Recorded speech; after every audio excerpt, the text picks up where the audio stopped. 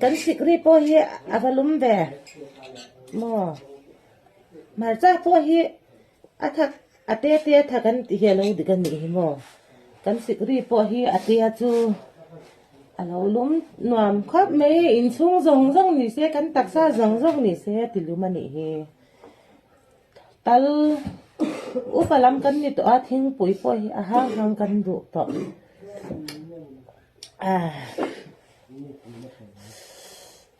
nuam khop me khoya nge ile ya kan sikri hi mà em dặn màn nghe mà các bạn đủ rượu về alum nuam si con in gì nó đi ê chút đi lo ai tôi đấy mà cái tia cần lâu ai về là